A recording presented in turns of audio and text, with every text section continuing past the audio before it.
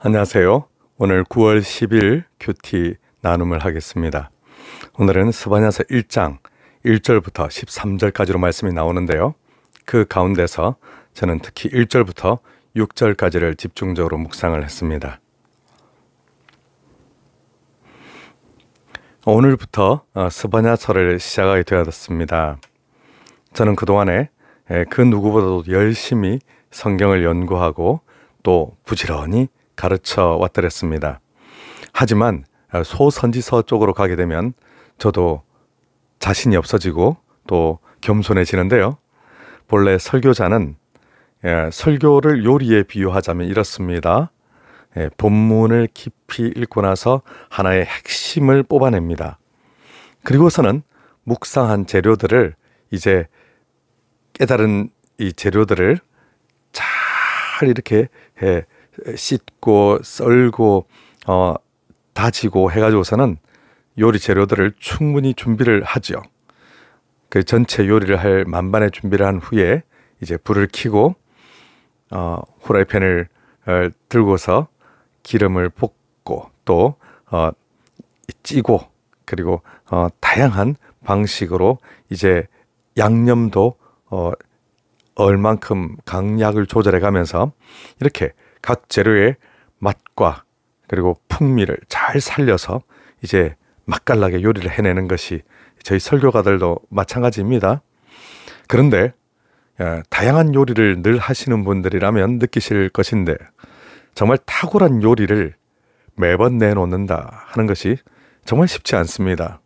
그래서 목회자에게도 소선지서는 쉽지 않긴 한데 그러나 이번 소선지서가 어디까지 계속 되는지는 모르겠습니다만 스바냐서 이 부분 여러분들 지루하지 않도록 또한 어렵게 느껴지지 않도록 최선을 다해서 맛있는 요리를 한번 만들어 보겠습니다. 우리가 소선지서를 이해하기 위해서는 북이스라엘의 멸망 그리고 남유다의 멸망 이것을 연도도 조금 이해할 필요가 있습니다. 북이스라엘은 BC 721년 그리고 남유다는 BC 586년 그러니까 1년씩은 약간 차이 날 수 있습니다만 외워두시면 좋습니다.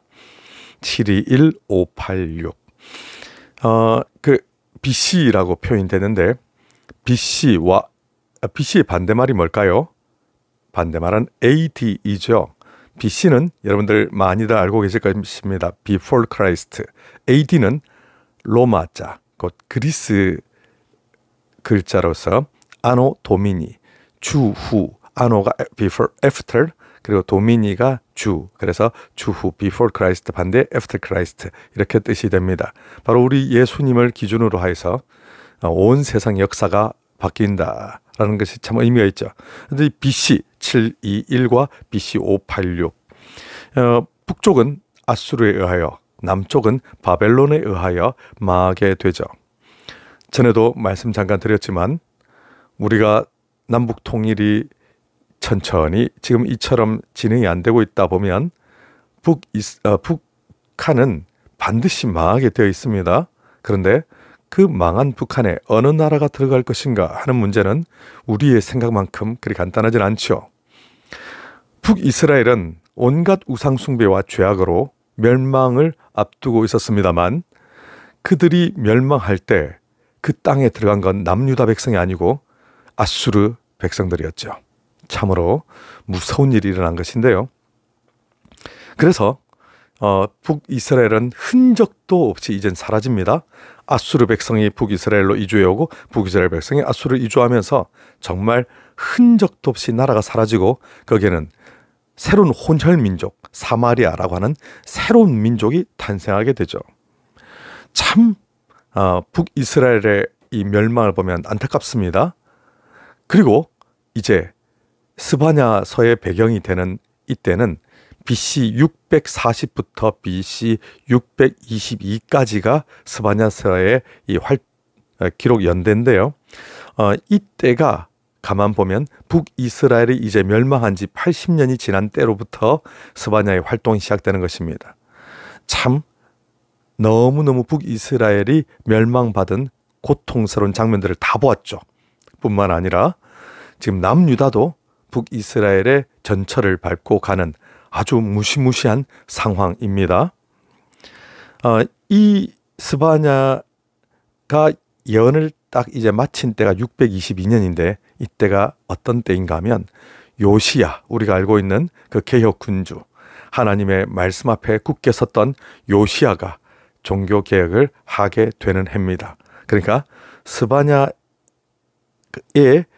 이 예언들, 정말 정신 차리고 하나님께 돌아오라, 북이스라엘처럼 되지 말자, 이런 어떤 예언들이 먹혔다라고 할 수 있겠지요. 스바냐는 알고 보면 왕족입니다. 오늘 1절에서 히스기야의 현손이요 이렇게 나왔는데, 현손이란 말은 이제 반대로 이제 현손이란 말은 그 고종 할아버지의 손자요 이런 뜻인데요. 그러니까 스바냐의 고종 할아버지가 히스기야 왕인 것입니다. 그러면 그 바로 아래가 므낫세 왕이니까 므낫세의 후손이냐? 그렇지는 않습니다. 히스기야에게 여러 아들이 있던 중에 다른 아들의 후손이 스바냐가 된 것이죠. 히스기야 왕에 대해서 우리가 조금 이해하고 넘어갈 필요가 있는데요. 히스기야 왕은 여러분 어떻게 기억하십니까? 기도함으로 적군을 물리치기도 하고 또 정말 탁월한 여러 기도의 응답들을 받았던 놀라운 사람입니다. 특히나 그가 하나님 앞에 신실하게 종교개혁을 단행하고 온 이스라엘 백성을 위해서 몸부림쳤던 것은 정말 놀라운 일이죠. 그랬던 히스기야가 나중에 죽음을 선고받고 간절히 기도한 후에 15년이라고 하는 놀라운 기간을 그가 생명의 연장이 되지 않습니까? 그 기간에 근데 안타깝게도 므낫세가 태어나게 됩니다. 참 역사에 만약은 없지만 히스기야가 기도하지 않았다면 어땠을까 싶은 안타까운 상황입니다. 왜냐하면 므낫세는 아버지 히스기야를 조금도 닮지 않은 사람이었기 때문이죠. 정말 말도 안 되는 일인데요. 히스기야가 그렇게 개혁 군주로서 하나님의 말씀 앞에 굳게 서려 노력했던 왕인데 비하여 므낫세는 유다 전 왕들 가운데서 가장 악한 왕이었습니다. 아버지가 모두 없앴던 산당, 우상 숭배 제단들을 다 하나도 남김없이 재건하고 우상 숭배 선지자들을 키우며 온 나라가 우상 숭배에 들어가게 만드는 장본인이었으니까요. 히스기야 하면 그래서 양가 감정, 이 좋은 면과 나쁜 면이 동시에 느껴지는데요. 그럴 때 이 감정이 다 느껴지는 게 양가 감정이죠. 히스기야 하면 기도의 사람, 개혁의 사람 하여 무척이나 우리가 기쁘고 감사합니다만 안타깝게도 그가 기도의 사람인 건 맞지만 자녀 교육에는 실패했다 하는 것을 우리가 볼 수 있습니다. 우리가 너무나 안타까운 남의 이야기 같지가 않아요. 기도는 했지만 자녀 교육에는 실패했다. 이것이 저에게도 남의 이야기가 될 수 없지요. 너무나도 많은 목사님들의 자녀들이 방황하고 또 힘들어하며 참 아버지의 그 아름다운 신앙의 유업을 버린 아들, 딸들이 얼마나 많습니까? 남의 이야기 아니라 저의 이야기이기도 합니다. 저희 아이들은 지금까지는 신앙생활 잘하지만 정말 저도 경각심을 가져야 될 일이죠. 그가 참 히스기야가 많이 안타깝습니다. 므낫세를 잘 양육을 했더라면 하는 안타까움이 정말 큽니다. 자, 므낫세 이후로 온 남유다는 하나님 앞에 돌아오기는커녕 우상 숭배의 끝을 달리게 되는데요. 얼마나 화가 나셨는지 2절 말씀에 보니까 나옵니다. 여호와께서 이르시되 내가 땅 위에서 모든 것을 진멸하리라. 아멘. 그럼 모든 것, 사람뿐만 아니라 짐승도 식물도 모조리 다 진멸하겠다 말씀하시는데요. 이 진멸이란 단어, 이것은 모조리 남김없이 다 쓸어버릴 때 쓰시는 표현입니다. 본래 이 진멸이란 단어는 이스라엘 백성이 이방의 우상 숭배 문화를 다 이렇게 멸절할 때 쓴 단어입니다. 남김없이 모조리 다 흔적도 없이 쓸어버린다. 이 얼마나 우상 숭배가 남유다에 만연해서 하나님 보시기에 심각했으면 얼마나 구제불능이면 이렇게 하시겠습니까? 우리가 보면 노아의 홍수 사건 때 하나님께서 온 지면에 호흡하는 걸 다 쓸어버리겠다 하셔가지고 뭐 그런 완전한 심판을 주셨지 않습니까? 하나님께서 이런 예언하시면서 얼마나 지금 고통스러우실까요? 이런 심각한 벌을 주셔야 되는 하나님의 마음은 얼마나 아프실까요? 이 진멸하겠다, 멸절하겠다, 땅의 생명을 모두 쓸어버리겠다. 이 마음 얼마나 여러분 혹시 이해가 가십니까? 우리가 뭣도 모르면 하나님 마음에 대해서 오해할 수 있습니다. 하나님은 진노하시는 분, 뭐 벌을 내리시는 분, 인정사정 보지 않는 잔혹한 하나님으로 이해하는 분들이 있죠. 오해입니다. 정말로 하나님을 잘 모르고 하는 말씀입니다. 전에 러셀 크로우가 주연했던 노아라는 영화가 있었습니다. 뭐 딱 그런 관점으로 영화를 찍었어요.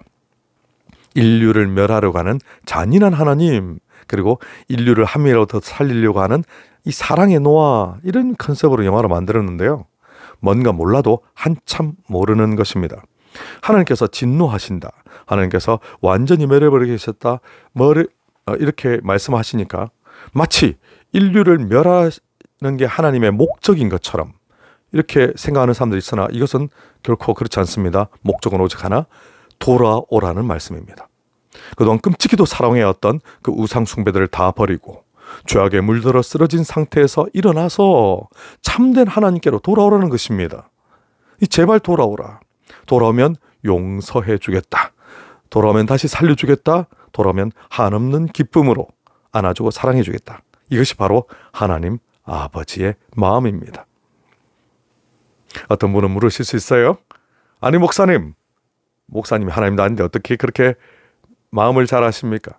진짜로 멸하려고 하셨을 수도 있잖아요. 그런데 지금 이 스바냐서의 예언이 있고 나서 아까 제가 어느 왕이 등장했다고 말씀드렸죠? 네, 요시야의 개혁이 바로 이 뒤에 있게 됩니다. 우리는 성경에서 문자 그대로 나온 것들을 기반하여 여기 이제 우리의 상상력을 더해서 이 전체 문맥상 논리적으로 정리를 할 수 있습니다.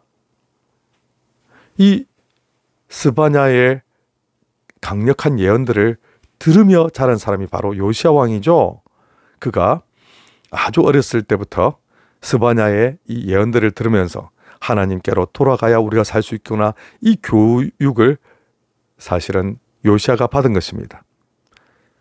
누구보다 경건하고 누구보다 의로운 심령으로 백성들의 죄를 용서해달라고 하나님 앞에 기도했던 이 요시야 왕, 그가 왕위에 이제 올라서 스바냐의 그 예언들을 백성들에게 들려주고, 그리고 백성들에게 하나님께로 돌아와야만 살 수 있다라는 것을 그는 외쳤으며, 선대들의 그리고 자신들 현 당대의 모든 죄악을 다 짊어지고 요시야 왕은 실제로 눈물을 흘리며 간절히 하나님 앞에 기도하며 온 백성을 하나님 앞으로 인도하여 진실한 회개운동이 일어나게 했죠. 회개를 했습니다. 이제 어떤 일이 일어날까요? 놀랍게도 하나님은 진노를 거두셨고 다시 한번 기회를 주시며 다시 한번 하나님의 그 품 안으로 남유다 백성들을 안아주셨습니다. 하나님의 마음이 이제 보이세요? 하나님은 우리에게 참된 평안, 미래, 희망을 주기를 원하십니다. 예레미야 29장 11절 말씀에 보면 나오는데요. 여호와의 말씀이니라. 너희를 향한 나의 생각을 내가 아나니 평안이요 재앙이 아니니라. 너에게 미래와 희망을 주는 것이니라. 아멘. 부디 하나님의 경고를 들을 때 마음을 여십시오. 하나님 앞에 무릎을 꿇으시기 바랍니다. 그래서 이제 회개하고 돌아오시면 하나님께서 진노를 거두십니다. 그리고 다시 한번 기회를 주시죠. 이제 곧 있으면 추석이 다가오는데요. 이 추석 때 우리의 자녀들, 우리의 부모님들, 그리고 우리의 친척들, 그분들께 복음을 어떻게 전하면 좋을까요? 어떻게 해야 그분들도 하나님 앞에 돌아올까요? 우리 요시야처럼 간절히 기도하며 이 스바냐의 예언들을 잘 기억하고 우리 눈물로 우리의 가족들, 친구들을 위해서 기도하는 저와 여러분 되시기를 간절히 소원합니다. 감사합니다.